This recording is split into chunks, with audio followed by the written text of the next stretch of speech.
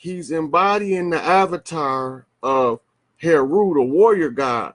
So at the time that this one is being embodied, the nation is getting ready to go to war, and they're crowning him, and they're calling the ancestral force that Heru represents in the defense of the people and the nation, in the defense of the crown right here.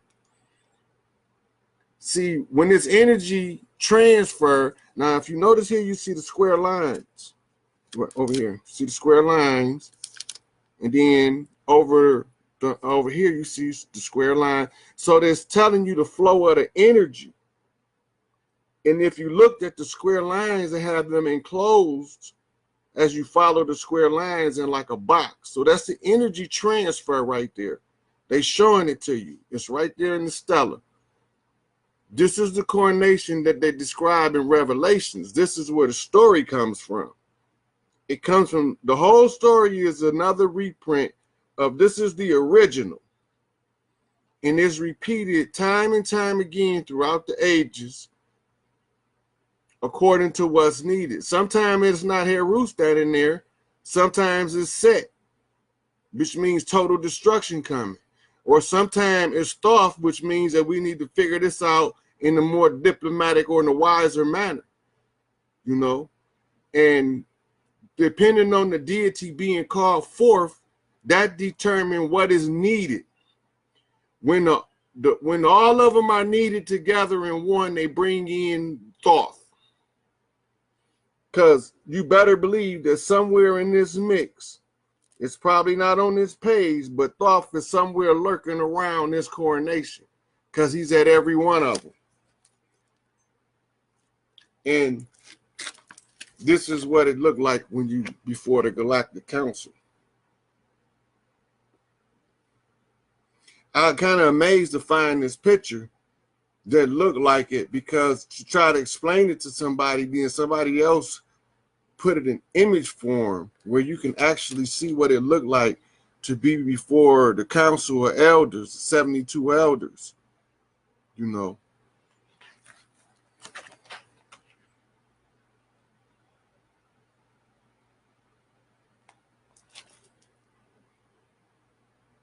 It's also the coronation ceremony. And so when all these things converge, you know how they know. Well, David Koresh ain't Jesus. How they know? Because he was a guy. The real Christ is a woman named Isis. The Son of Man is the Redeemer, the Destroyer. In the Revelation, they also call him Apollyon. They put him on the white horse to go about conquering and setting stuff back in order before the New Jerusalem ever arrives. Now, he already crowned King of Kings and Lord of Lords before the New Jerusalem arrived, but it ain't official until the New Jerusalem bring the bride so she can properly place his crown on his head of victory. It all tell you in the book. So they got us thinking that this is a book to teach you some religion. No, this is a blueprint for anybody who want to attain Christ to follow. And that's why they start coming up with the Bible being an acronym, basic instructions before leaving earth, which is the biggest crock of malarkey. But it kind of fit in a regard when it say seek ye first the kingdom of heaven, all these things be added to you, the kingdom of heaven being within. So then you see in there where they're telling you about the path to inner vision, inner enlightenment, and it's saying that when the two eyes become one, then that whole body is filled with light. They're talking about opening your third eye. But then the church tell you that's evil, to raise your kundalini, open your third eye and resurrect your mind, body, and soul so that you can be all that you can be, because they've been taught that by the Catholic Church at the onset. If you don't know where the devil tripped you at, you don't know where he got you tied down. So I'm taking you back. I'm telling you flat out, without just what I'm telling you, what they know. And when you know what they know, you know where they deceived you at. They know that there any man come about talking about he Christ, lying. But the one that tell you that the Christ is a woman, the queen of heaven and earth, and that she gonna come back and crown her son, that's when they gonna tell you he know what he talking about. So when y'all share this, make sure y'all share with y'all preachers so they can say something crazy so I can come in and show them what I'm talking about. All of it right here in the book, ain't none of it hidden. From the judgment to the condemnation to the punishment to the redemption, it's all in there. But it's just a blueprint to follow. It's an extract from the original. It's a Reader's Digest version of an original hieroglyphic text. Now, why would you believe or read or accept hieroglyphics? Go to the book of Daniel, and you'll find that he's reading the writing on the wall. And wherever you find ancient writing on the wall, it's hieroglyphics. It's hieroglyphics. So he was reading hieroglyphics. So when he was reading the hieroglyphics, telling Nebuchadnezzar what it said, that means that it was something about it. What do the natives call hieroglyphics? Medu Neter, which means the writing of God. So if God write on walls in Daniel, why wouldn't he be writing on walls in Egypt or in southern Mexico or in China or in India, where we find ancient writings on all walls around the world? The writing of God, the Medu Neter, is all over the world. Before your script writing, handwriting, and all that, pictographic writing is on the walls. You can't mistake it. It was there first. So they can't tell you that the devil went back in time to undermine the Bible when you can trace the Bible right back to what they say the devil wrote. That don't make no sense. So I'm going to see if we got any questions in here before I keep going, because I don't even know really how far or how deep I'm going to go into this topic today.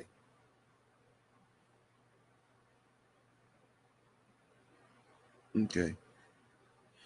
All right, now, so when you looking at unraveling the mysteries, you have to know how to crack their codes. So you can't be indoctrinated. All of these priests is kept in these temples living that lifestyle for a reason. Because if that energy get loose and you ain't properly trained, you're going to hurt something. You know, so only certain people are allowed to bring certain information to the forefront. So now you know that the Christ is a woman, Isis to be specific, and that the Redeemer, the Apollyon, is her son that would have to be born of a human on earth, because he had to live a life of a regular person around regular people, so he can know how they live, how they feel. He can feel they hurt, feel they pain. You know, you can't fix nothing if you don't know what's broke. So then from there, the next thing you're going to be looking for is the opposition. The opposition at this point is them false flag shooting, so you prepare for that. The remedy is don't, people that look like me, don't entertain events in mass public gatherings until the storm blow over. You ain't got to be isolated forever, just till the storm blow over. Because they finna light these malls and events. They finna light them up. False flag attacks. It's coming. It's written. They already said they was going to do it. Rex 84. Look it up.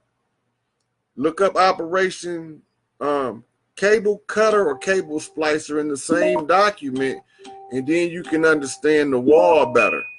The wall will make more sense to you at that point, and then you'll know what's really taking place in politics. The wall was just a signal to the brotherhood. Didn't nobody ever have no intentions of building no Great Wall of China across Mexico, because it's going to get towed down anyway as soon as I get where I need to be. We're going to be doing none of them old walls in Mexico. All you got to do is let them people have their resources. Mexico has the same amount of oil as Saudi Arabia, but it's restricted in trading on the open market. They only can trade so much, and then the people of the land never see any other benefit or the resource from the oil that's being sold. So why you think they coming up here? Because we stealing their oil. Since y'all want to be all we about it, all us, they coming in our country. You know, they illegally coming in our country. So let's really look at what it is. Why they come over here? Why they don't want to stay there? Because American enterprise under the NAFTA agreement and before under the treaty settlement of the Mexican-American War, which cost Mexico, California, New Mexico, Arizona, Texas, and Nevada in treaty agreement and recessions. So they really illegally impeding upon the treaty agreement of the a Mexican-American War, as they would quarantine the area from Mexicans from coming up on their own land and trying to reclaim it. This was the concern. It ain't got nothing to do with immigration. They know that by birthright, you can't permanently keep them off their land, but through treaty arrangement, you can keep them off their land for a specified period of time.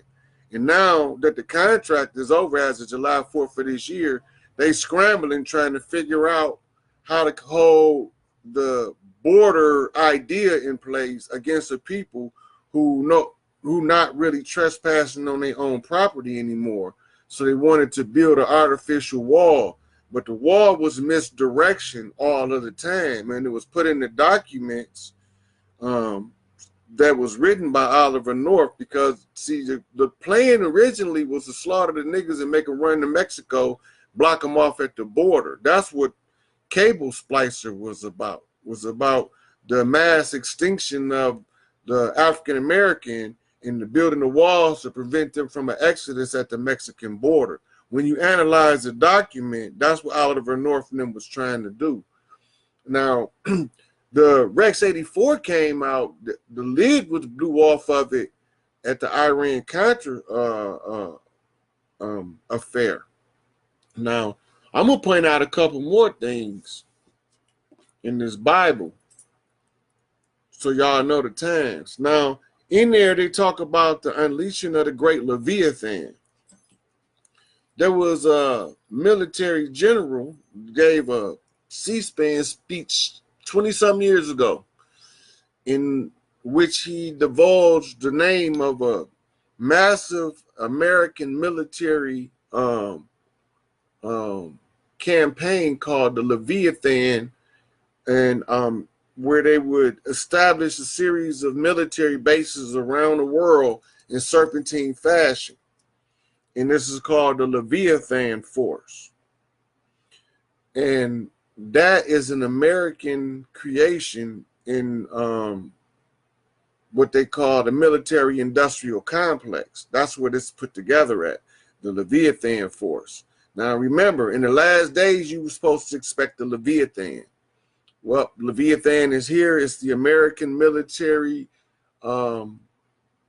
contingent that wraps the world in serpentine fashion, according to America's general. It can be looked up on Wikipedia. It's not hard to find. All this stuff is public information. It's not a secret. So what else in there?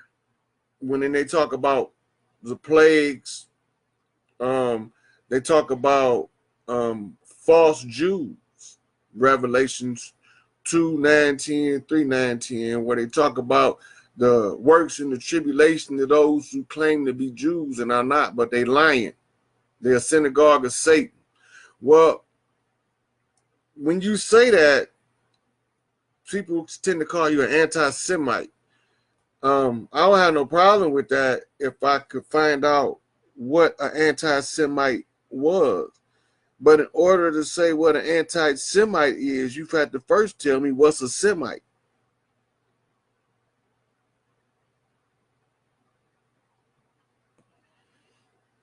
You know, what's a Semite?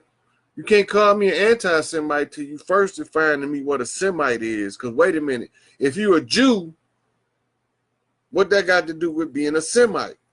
But if you're a Semite, what that got to do with being a Jew?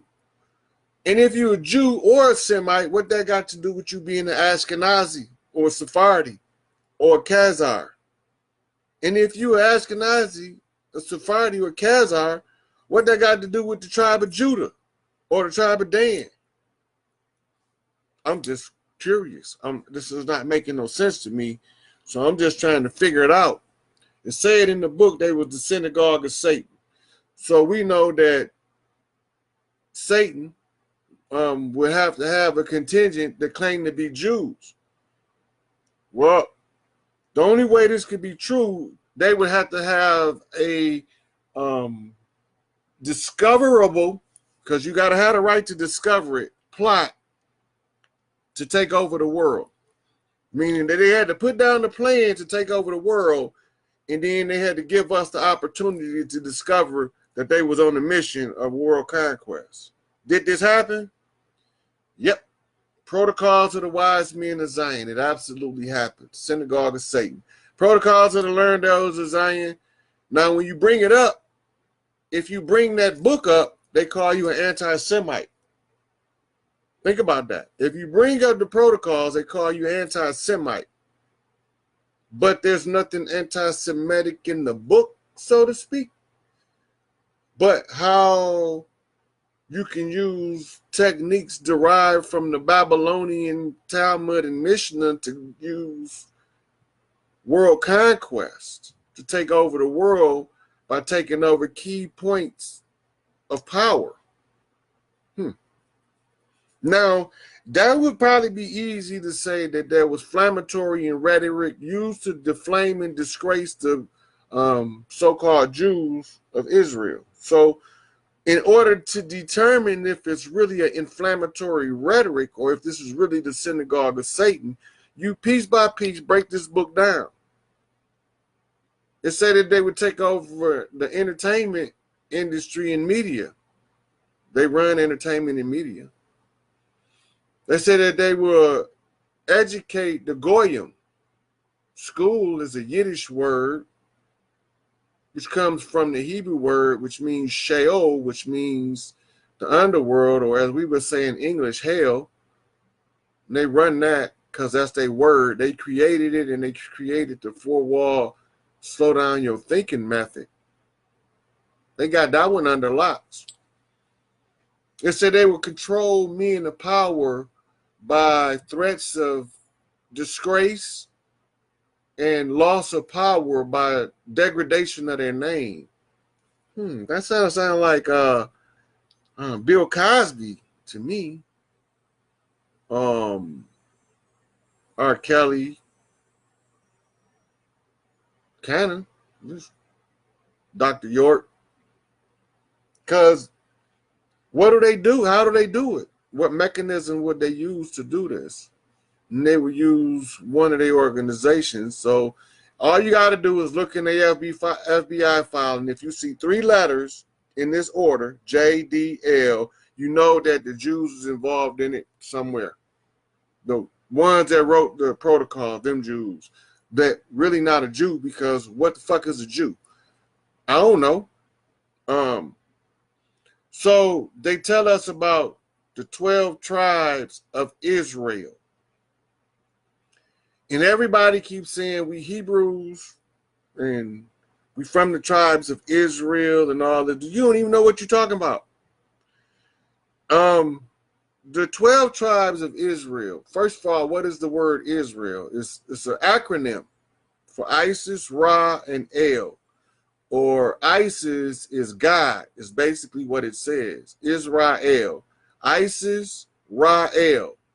Isis is the God El, is what it's saying. Israel. So when they say the tribes of Isis, it's talking about women. It's talking about 12 different priestesses groups. We know them as the Yoni priestess, the Kali priestess, and a couple more. I'm not going to get into them because we're going to get the rights mixed up. I know all of them.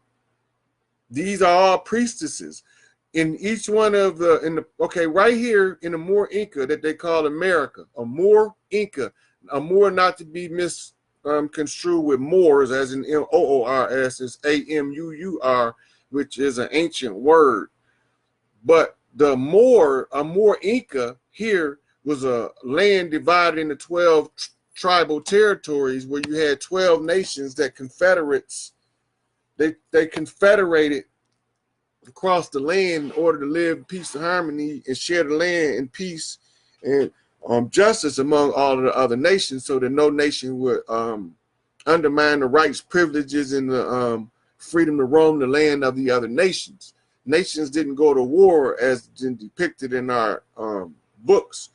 Our wars consisted of breakdance contests, basically, back then, or hunting contests, sporting events. That's what we use to resolve conflict, instead of bloody warfare that caused evil forces to descend down into those low vibrations and then influence the minds of people into even more wicked pursuit. So these people have a blueprint for taking over the world. They say they're not using it, but everything in their blueprint say they're using it. Their blueprint is called the protocols. Okay? Protocols of the wise men of Zion. That's the blueprint. All right. So now, if that's a blueprint, is there anybody that is a renowned public figure that would warn us about the exact stuff that books say was about to take place? Is there any prominent figures where the warning about the protocols being implemented in this land taking place? Is there anybody that warned us that's prominent? When you do the research on central banking, you can go all the way back to the so-called Continental Congress in the early congressional debates about an international bank and those who was trying to loan the colonies money in order to re-enslave them. And it was a big fuss about it. And it's all in the congressional records about the discussions on central banking and those who they call Jews. Then again, there's another warning in the early 1900s by Henry Ford in the book called The Wandering Jew. And for some reason, that book gets a lot of people's feathers up in the roar. But if you trace the information and ask about the accuracy of the information, disregard the inflammatory attacks against it, just go with see if you can match up what he's saying. And he's pointing out exactly what's being said in the protocols that's taking place. So then the next question would be, is there anybody else that warned us? Well, we got two presidents of note to mention. Dwight Eisenhower warned about the ability to implement the plan of the military-industrial complex by his farewell address, where he warned about how foolish it was of him to sign in the law the military-industrial complex, and how it had the potential to be the undoing of this nation and to put this nation under the control of some nefarious forces. And if you can read his body language and his emotion, you looking at the video of him, he was shook. And he was a military man that had seen about everything, so why was he shook? The next one would be a couple of speeches given by John Fitzgerald Kennedy. One of them is Separation in Church and State, where he was approached by the Jesuits, and he was asked to do the bidding of the Jesuit Society of the Catholic Church, in which he turned them down. And he gave a speech about it called The Separation of Church and State. Then he gave another one about secret societies to the Associated Press up in New York, and where he described all of the things that they said that they was going to use: science, technology, information. He named them all. JFK named them all. and said that that's what they were going to do to try to this is what they was trying to use as a, what he called it, a megalithic conspiracy. Megalithic means very giant. So when you see a giant stone carving, they call it a megalithic stone because it's so big. It's the size that makes it megalithic. And it's like a very big plan that he's unveiling to the people of what's taking place and what he is up against, which led to him being assassinated by those same people that wanted to shut him up, and he wasn't going to stop talking because he was JFK. He was, you know, people focus in on his promiscuous behavior, but they overlook a lot of the stuff that he was telling you. He get credit for signing civil rights bills, but he was already gone when them got signed. So LBJ did that, but he didn't do that for the benefit of civil rights. He did it to calm the nation because he was coming into power in a hostile environment. You got to do something. Anyway, so all of this stuff is prophesied in there, but it's not prophesied as in it's prophesied as in the point it was already planned. Somebody already seen the timeline and knew how it was going to play out. So they put it in a book, and the book is coded. And when you understand the code, then you know what the book say. So all these preachers, they go to Bible school, and they learn the history of the book.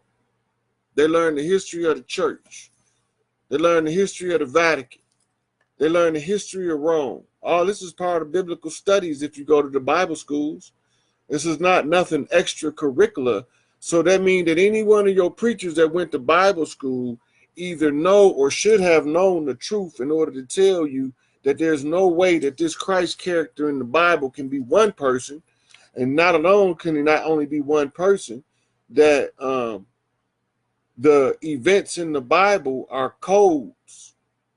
They codes, they sequence codes to tell you the time according to stellar events that was read by astrologers thousands of years ago, and it was kept a record of in what they called the sacred halls. And that's why when they tell you about Christianity, right, in Africans, in America, accepting it, we didn't accept that stuff, which y'all not understanding. We knew what was ours in there, and we knew we can use it for the African conjure of liberation. The same tool, the poison, got an antidote in it. The poison got an antidote, because if you find the source material, when you find where it comes from, that changes everything. That changes the way the faces look. That changes the dynamic in how the story is told. It changes the structure that it lays in. This doesn't read the same. The chapters and the verses and the books don't have the same connotations and meanings to it. It's a whole nother reality just opened up by knowing where they got it from.